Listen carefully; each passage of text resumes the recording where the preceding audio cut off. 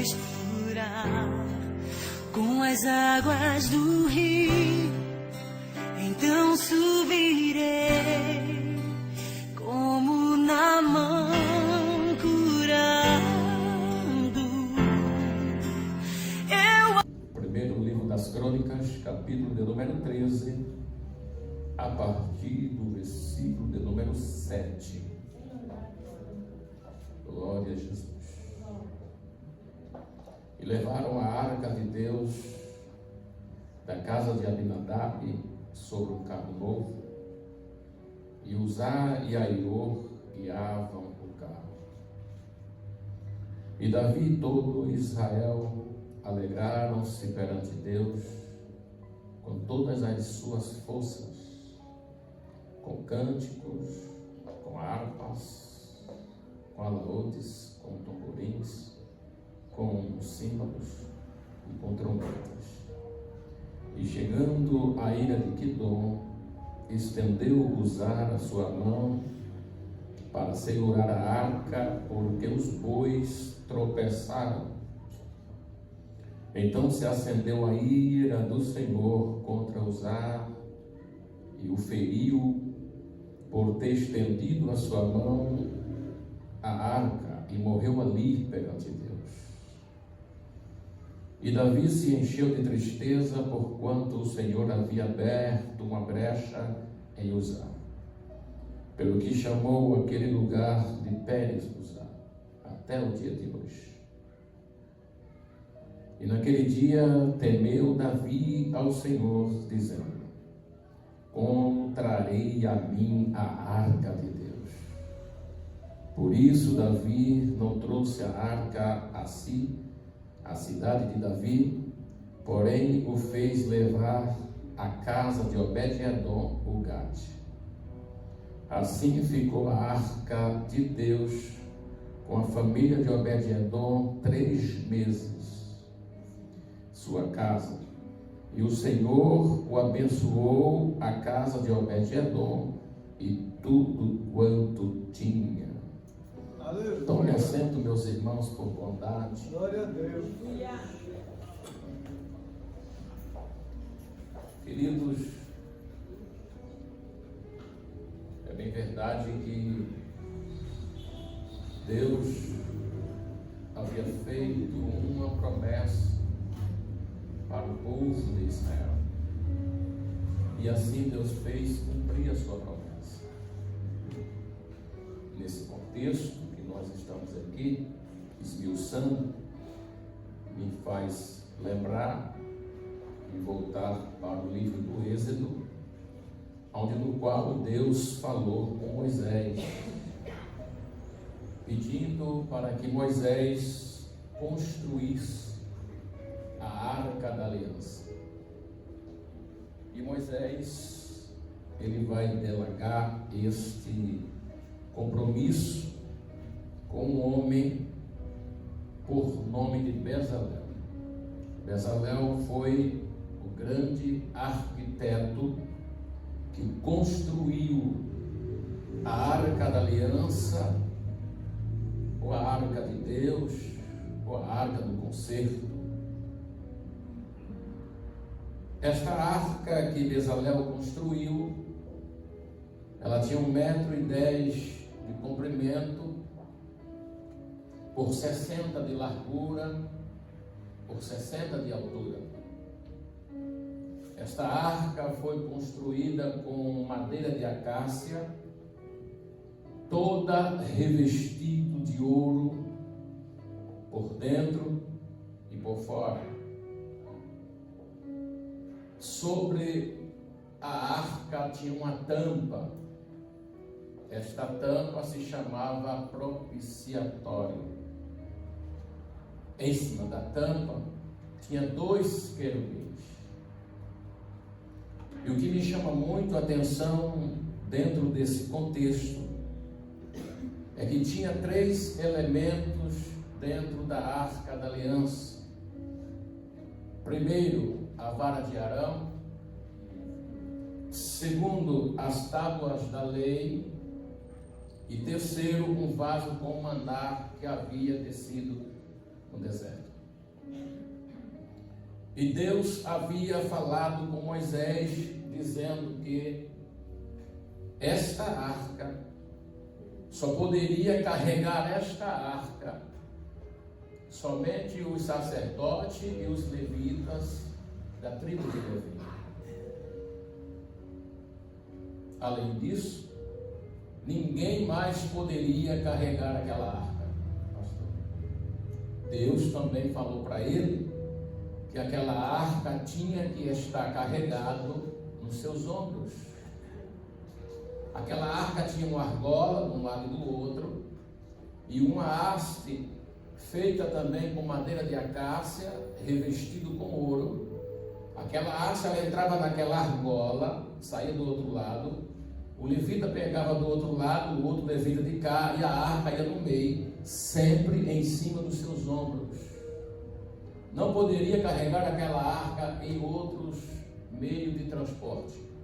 Tinha que ser nos ombros. Só que dentro de todo esse contexto bíblico, o que nos chama muita atenção, meus irmãos, é que nós entendemos que quando Deus ele determina, ou quando Deus ele fala para alguém, assim como ele falou com Moisés, Moisés ele não quis rodear, Moisés fez do jeito que Deus havia determinado.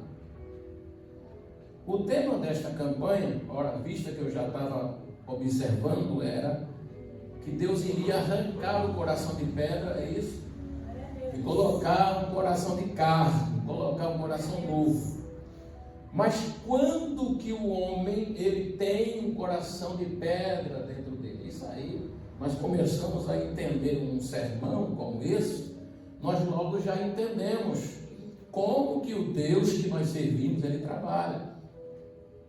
A medicina daqui da terra, ela consegue quebrar ou destruir uma pequena pedra que às vezes ela vai acumulando ali nos rins ou na bexiga, e a medicina humana com os seus remédios, com os seus recursos, ele acaba destruindo aquela pequena pedra que acumula nos rins ou na bexiga. Mas no contexto da campanha que foi lido, nós começamos a entender que quando Deus fala do coração de pedra, que não existe medicina humana que possa quebrar o coração de pedra. Não existe. Não tem como, pela lógica humana aqui da terra, alguém chegar e quebrar o coração de pedra que está em um homem ou em uma mulher. Só que nós servimos a um Deus que de vez ele quebrar o coração de pedra, ele faz o seguinte, ele arranca o coração de pedra e move o coração de pedra e coloca ali outro coração, mas que seja de carne. Que o homem ele vai olhar e vai entender e vai obedecer aquilo que Deus determina. Um coração de pedra, jamais ele vai obedecer a Deus. E dentro desse contexto, se nós observarmos no primeiro livro do profeta Samuel, capítulo 4, capítulo 5, até o capítulo 6, nós vamos ver que o povo de Israel, o coração do povo de Israel, estava com coração de pedra. Por quê, pastor? Vou te explicar. O novo convertido, quando ele aceita Jesus, o coração dele é um coração quebrantado. É um coração fácil de ele adorar, um coração fácil de ele cultuar, é um coração fácil de ele prostrar-se aos pés do Senhor. Aleluia. Dependendo da circunstância, dependendo da promessa que Deus fez lá atrás, escuta aqui, dependendo da demora, que para nós, pela lógica humana, nós achamos que está demorando, dependendo do tempo, que o tempo não é do homem, o tempo é de Deus, dependendo do tempo, o coração passa a endurecer e torna-se coração de pedra. Aí a pessoa passa a não querer mais adorar, a pessoa passa a não querer mais cultuar, a pessoa passa a querer não mais contribuir, porque o coração já está duro, já endureceu e está como de pedra. Mas o grandão da Galileia, ele quer arrancar coração de pedra nesta noite aqui e colocar coração de carne, coração mole, para você se quebrar perante ele e adorar o nome dele. No capítulo 4, 5 e 6 do 1 Samuel, a Bíblia diz que o povo de Israel estava indo para uma batalha contra os filisteus. Contra quem? Os filisteus. E a Bíblia diz que no meio estava o vale, do outro lado estavam os filisteus, e do outro lado estava o povo de Israel, com coração de pedra. Quando se prepara para a batalha, toca-se a buzina. O que se tocou lá? A buzina, me ajuda a pregar em nome de Jesus. Tocou a buzina, iniciou a batalha contra os filisteus, o povo de Israel. No final da batalha, Israel perdeu a guerra, Israel perdeu a batalha. O que Israel perdeu? A batalha. Por causa do coração de pedra, por causa do coração de pedra. E no final da batalha fizeram ali um censo e alguém levou para o rei e disse: olha, Israel perdeu 4.000 soldados. É uma perda terrível.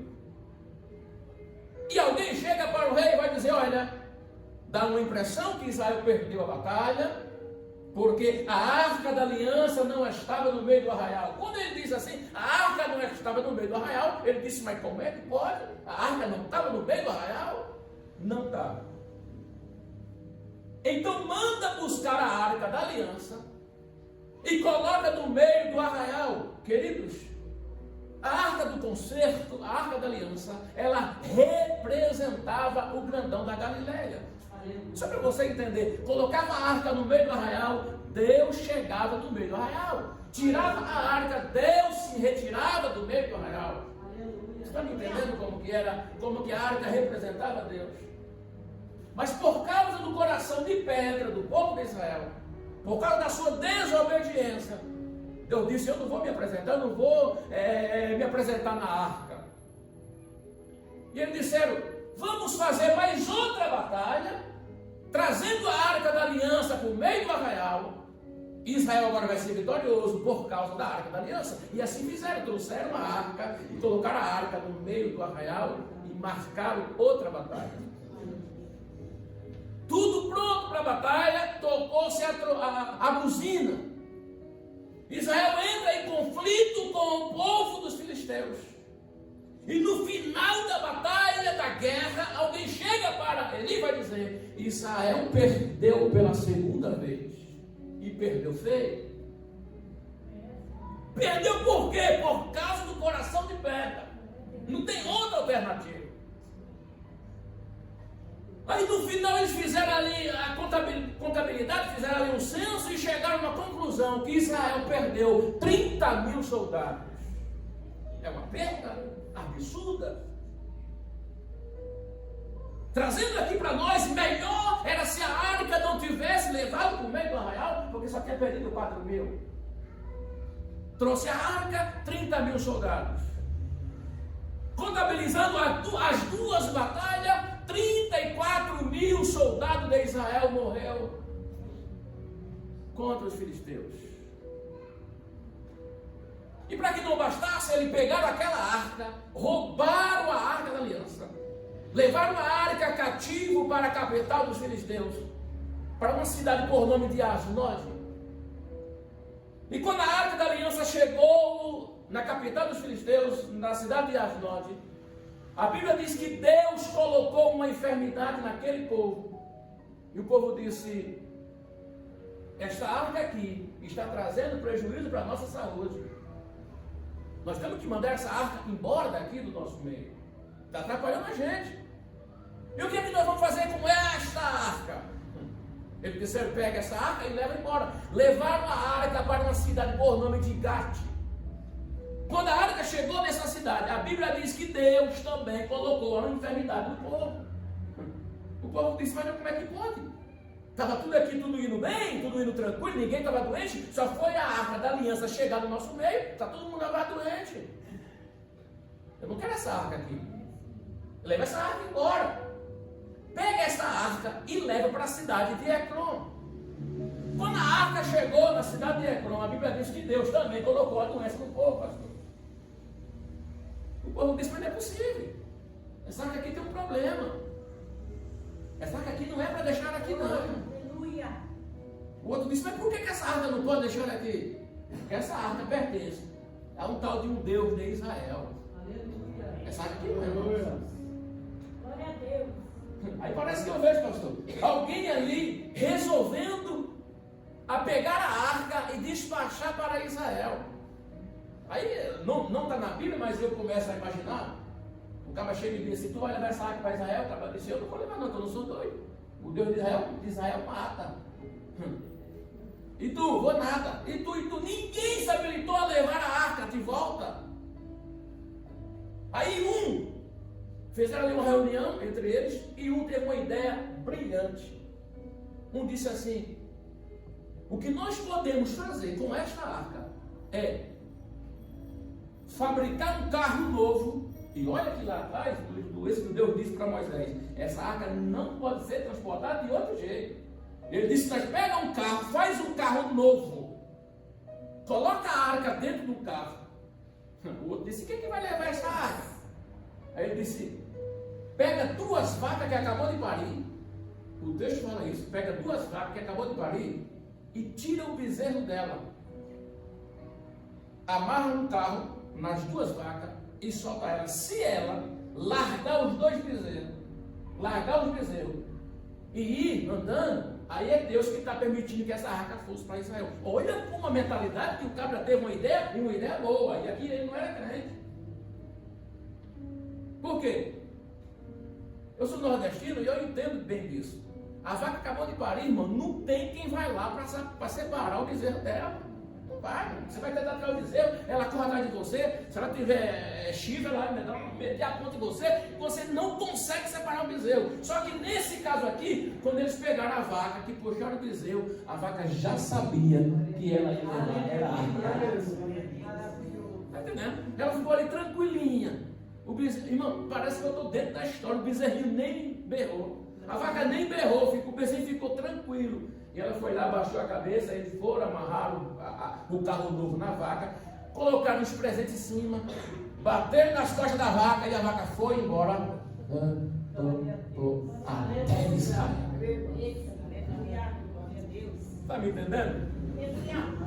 Quando a arca, ela saiu dali dentro de um carro novo, até Israel, chegou numa cidade por nome de Bet-Sema, cidade de Israel. Quando o povo de Israel avistou a vaca, as 2 vacas carregando a arca da aliança, ficaram doidinhos, pastor. Ficaram doidinhos, como diz o nordestino, ficaram tudo doidos. Meu Deus do céu, é a arca da aliança que está voltando para Israel. Ficaram tão felizes, e a Bíblia diz que eles ficaram tão desesperados. Pegaram a vaca, mataram as vacas, pegaram a arca da aliança, abriu a tampa, o propiciatório. Deus disse para Moisés: ninguém pode colocar a mão na tampa, ninguém. Quando eles abriram a tampa da arca da aliança, a Bíblia diz que morreu muita gente naquele dia. Quando o povo morreu, pastor, o povo de Israel disseram assim: mas como é que pode? Como que o Deus de Israel, como que o nosso Deus, ele é tão duro, ele é tão rígido a ponto de nos matar? Mas sabe o que eles disseram? Nós não queremos a arca da aliança aqui no nosso meio. Aleluia. Você não está entendendo? A Arca da Aliança representava a presença de Deus que havia voltado para Israel. E eles disseram: nós não queremos a presença de Deus aqui no nosso meio. Aleluia. Não queremos a Arca de Deus aqui no nosso meio. Mas é a presença de Deus, mas é dura, é rígida, ela tem doutrina, nós não queremos. Aleluia. Glória a Jesus. O que vamos fazer com esta arca? Ele disse: leva para a casa de Abinadab. Pegaram a arca da aliança, levaram para a casa de Abinadab. E a Bíblia diz que a arca ficou 20 anos na casa de Abinadab. A arca 20 anos na casa de Abinadab. Sabe o que mudou na casa dele? Nada. É para você entender? 20 anos, pastor, a presença de Deus lá na tua casa. Aleluia. E não mudar a tua vida. 20 anos. Por quê? Abinadab estava com o coração de pedra. É, Senhor. Glória a Deus. Só que passando-se 20 anos, passa a geração de Saul e vai embora. Quando entra a geração de Davi, depois de 20 anos, Davi disse: agora eu quero buscar a arca da aliança de volta para Israel. Aí Davi, ele faz um culto de ação de graça. Davi faz o quê? Um culto de ação de graça. Aí passe no que eu vou te dizer. Davi se prepara para que a arca saísse da casa de Abinadab e viesse para Israel. Aleluia. Davi faz um culto, segundo a história, pastor, tinha mais de 30 mil crentes. No culto de ação de graça. Foi o texto que nós lemos. Lá tinha músico, tinha instrumentos, tinha levitas, tinha ministro, tinha tudo para guardar a chegada da arca da aliança. Só que aqui, sabe o que Davi vai fazer, pastor? Ele vai imitar o povo do mundo. Ele disse: vamos fazer um carro novo e colocar a arca num carro novo, e os bois vai trazer a arca da aliança de volta para o nosso meio. Irmão, se Deus disse para Moisés que a arca tem que ser carregada nos ombros, para que Davi vai inventar de fazer um carro novo, imitar o mundo e colocar a arca em cima de um carro novo e colocar os bois para puxar a arca da aliança? Pastor, o que você quer dizer com isso? Eu quero dizer o seguinte: quando a gente pega a responsabilidade que é nossa, que está sobre os nossos ombros, e a gente joga nas costas do boi, se prepara para o tropeço.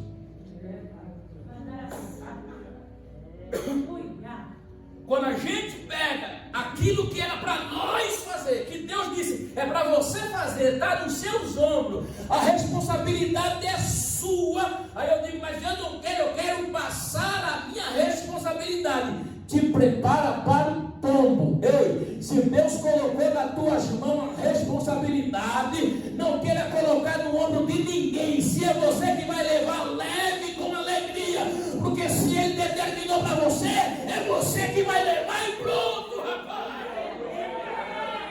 Lava na caixa.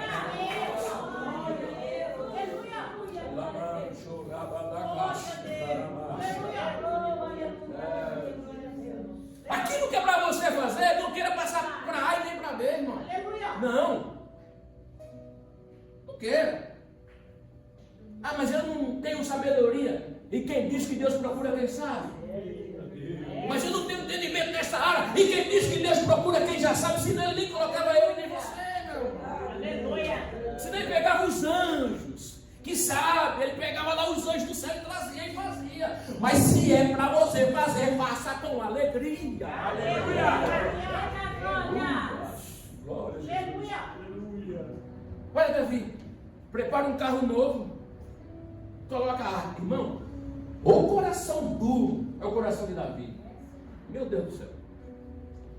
Deus disse para Moisés: ninguém pode carregar a arca de outro jeito, se não for no ombro. Aí lá vai Davi com um coração de pedra. Não, Senhor, eu vou mudar. Eu vou colocar em cima de um carro novo. Irmão, o mundo imitar a gente, nós até entendemos.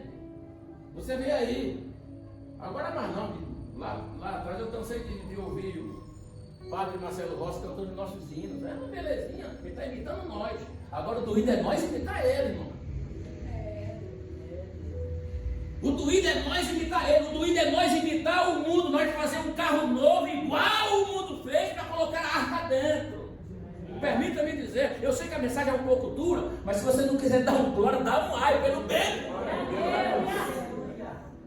Está entendendo? Mas é o que Deus está colocando aqui para nós outros nessa noite. Aí Davi faz, tudo bem. Davi faz, prepara ali o carro novo, vai para a casa de Abinadab e diz, vai lá. Leva o carro, leva os bois. Aí pega um tal de Aiú e Uzá, que não tinha nada a ver com a história. Vai matar o menino por causa da desobediência. Coloca lá os dois para guiar os bois. Está lá os dois guiando os bois. Atrás vem a Arca da Aliança dentro do carro novo. E aqui mais de 30 mil crentes celebrando. E aqui disse, Davi estava se alegrando com todo mundo. Eu vou ler o texto. Vamos para mim que eu vou ler o texto. E levaram a arca de Deus, capítulo 13, versículo 7. Capítulo 13 não, é capítulo 14, menos 1. E levaram a arca de Deus da casa de Abinadab sobre um carro novo. Uzá e Aiú guiavam o carro. Tudo com coração de pedra. Davi e todo Israel se alegraram-se perante Deus. É um culto de adoração a Deus aqui. Aqui Davi estava se alegrando com toda a igreja, só que o segredo é, Deus não estava no culto que Davi estava fazendo. Deus não estava no culto de ação de graça que Davi estava fazendo em comemoração da Arca da Aliança, do retorno da Arca da Aliança. Aí tem gente que diz, se a igreja Deus está lá, e se Deus não estiver lá? Está me entendendo? Que existe lugar que parece que é, mas Deus não está. Existe culto que parece que Deus está lá, tem louvor, tem oferta, tem pregação, tem ministração, mas e se Deus não estiver lá igual nesse culto que Deus não está? É por isso que você deve ficar aonde Deus te colocou, porque aqui tem a palavra de Deus. Só que o coração de pedra ele faz o seguinte, o coração duro, quando ele não aguenta, tem que aguentar. Quando uma palavra pesada, ele acha que está machucando ele, sabe o que ele faz? Eu vou embora para outra igreja. E se Deus não estiver lá? E se tu for convidado para guiar os bois? E aí? Aleluia! Vamos correr, que a hora está indo embora. Quando Uzá e Aiú estão guiando os bois, a Bíblia diz que o boi passou na eira de Quidom. Quando os bois passam na eira de Quidom, os bois tropeçaram. Quando os bois tropeçaram, o carro deu de tombar, de virar. Quando o carro deu de tombar, a Arca da Aliança começou a tombar. Uzá disse, eita, a arca do Senhor está caindo. Quando ele mete a mão na arca, pá, Deus mata-o na hora. Quando Deus mata Uzá, o texto diz aqui que Davi chorou muito. Davi disse, ai meu Deus, por que o Senhor fez isso? Aí parece que eu estou vendo aqui Deus dizendo, ei Davi, é o teu coração que é de pedra, precisa fazer uma mudança no teu coração. Davi precisa arrancar o teu coração de pedra e colocar um coração de carne, Davi.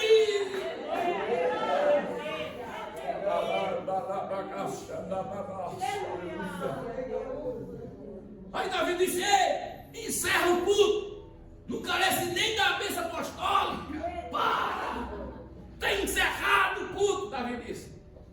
Só que tem um porém, como que eu vou trazer a arca de Deus? Ó Davi, como? Sabendo como era, e aí ele perguntou, como? Nós lemos aqui, como que eu vou trazer a arca de Deus de volta?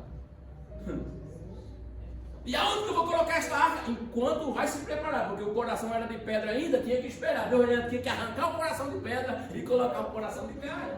Custa tempo. Não é isso em cima da hora do mesmo culto, não. Ele tinha que pegar aquela arca da aliança e colocar na casa de alguém. Aí ele disse: o que eu vou fazer com essa arca agora? Não pode nem colocar a mão aqui nessa arca, senão morre.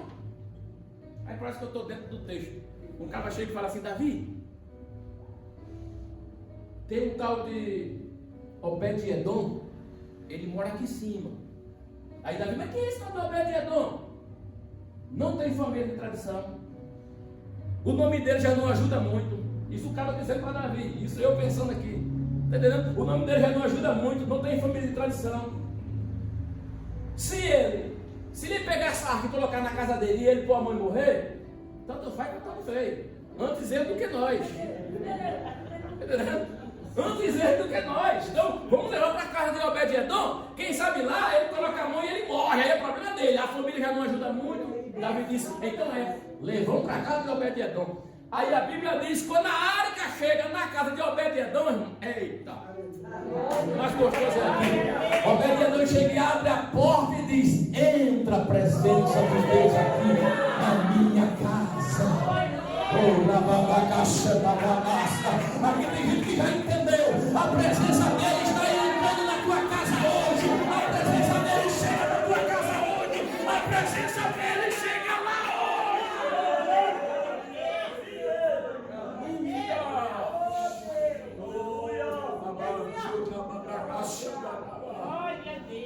Queridos, 3 meses foi suficiente para a arca ficar na casa de Obed-Edom e Deus fazer assim, começava a abençoar.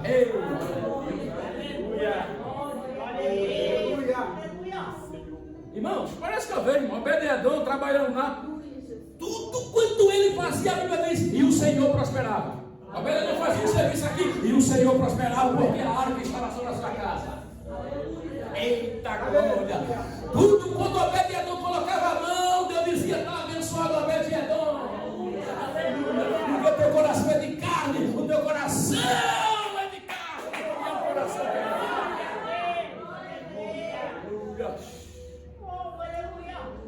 Aleluia, eu vou fechar porque a hora está indo embora. Escuta. Davi fica sabendo que Obed-Edom, pastor, está abençoado até o tutano, como diz lá no Nordeste.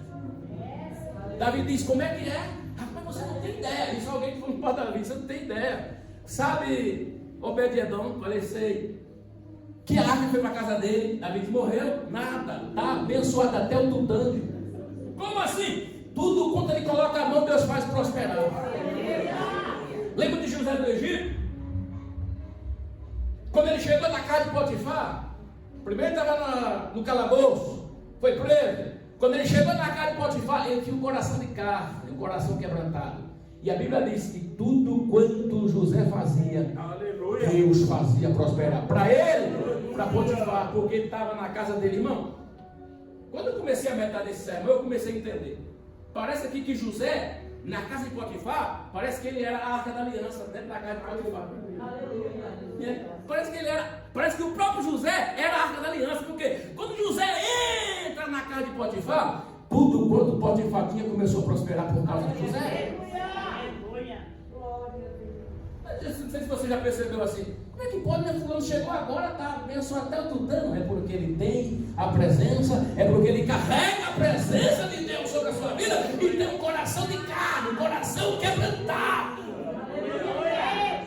E que é um coração assim também. Nesta noite eu profetizo em nome de Jesus Cristo: a tua vida nunca mais será a mesma, a tua história nunca mais será o mesmo. Eu profetizo em nome de Jesus Cristo: Ele está tirando o coração de carne, arrancando o coração de pedra, mudando a tua história.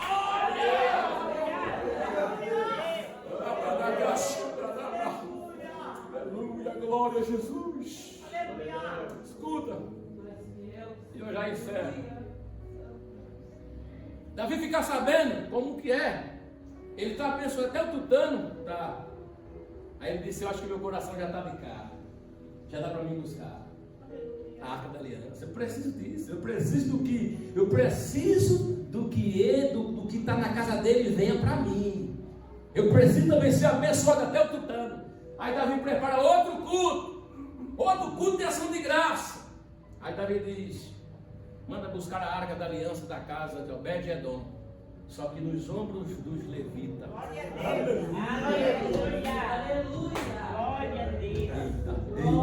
A responsabilidade não transmita para ninguém. Se Deus disse que é você que vai levar, você leva. Se Deus disse que a arca tem que estar sobre os teus ombros, se Deus disse que a responsabilidade é tua, não passe para ninguém. Faça, exerça aquilo que Deus mandou você fazer. Davi prepara o culto, prepara a arca, coloca nos ombros dos levitas e traz. No primeiro culto que Davi fez, Davi foi com toda a pose de rei, coroa de rei, roupa de rei, com seu trono. Nesse segundo culto aqui, Davi vai como um servo, com a sua roupa de servo. E para acabar de direitar, ele começa, quando Davi começa a entrar, ele vem na arca do Senhor entrando dentro do templo. Ele começa a dançar,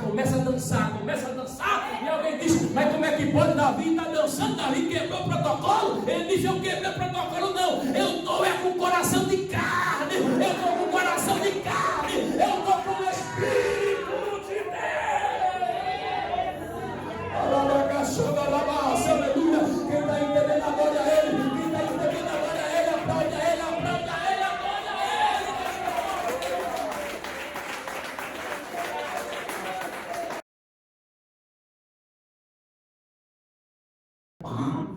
Então vamos orar agradecendo a Deus, né, pela presença, pela palavra que foi semeada, né, a presença de todos aqui, graças a Deus, com saúde, né.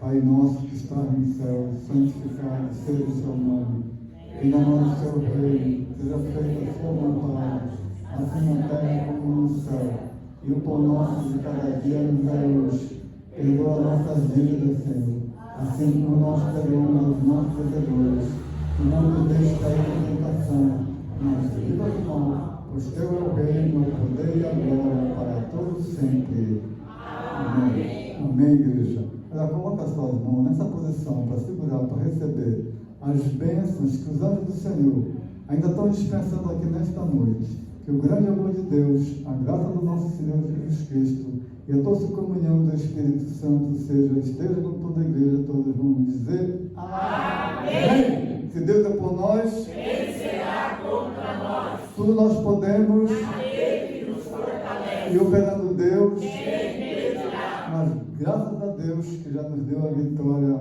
pelo nosso Senhor e Salvador Jesus Cristo. E o Senhor Jesus é o nosso pastor. E nada nos faltará. E nada teremos falta. Amém? Seja abençoado em Abro mão de tudo que sou, só pra servir-te, oh meu Senhor. Eu abro mão de tudo que sou, só pra te adorar.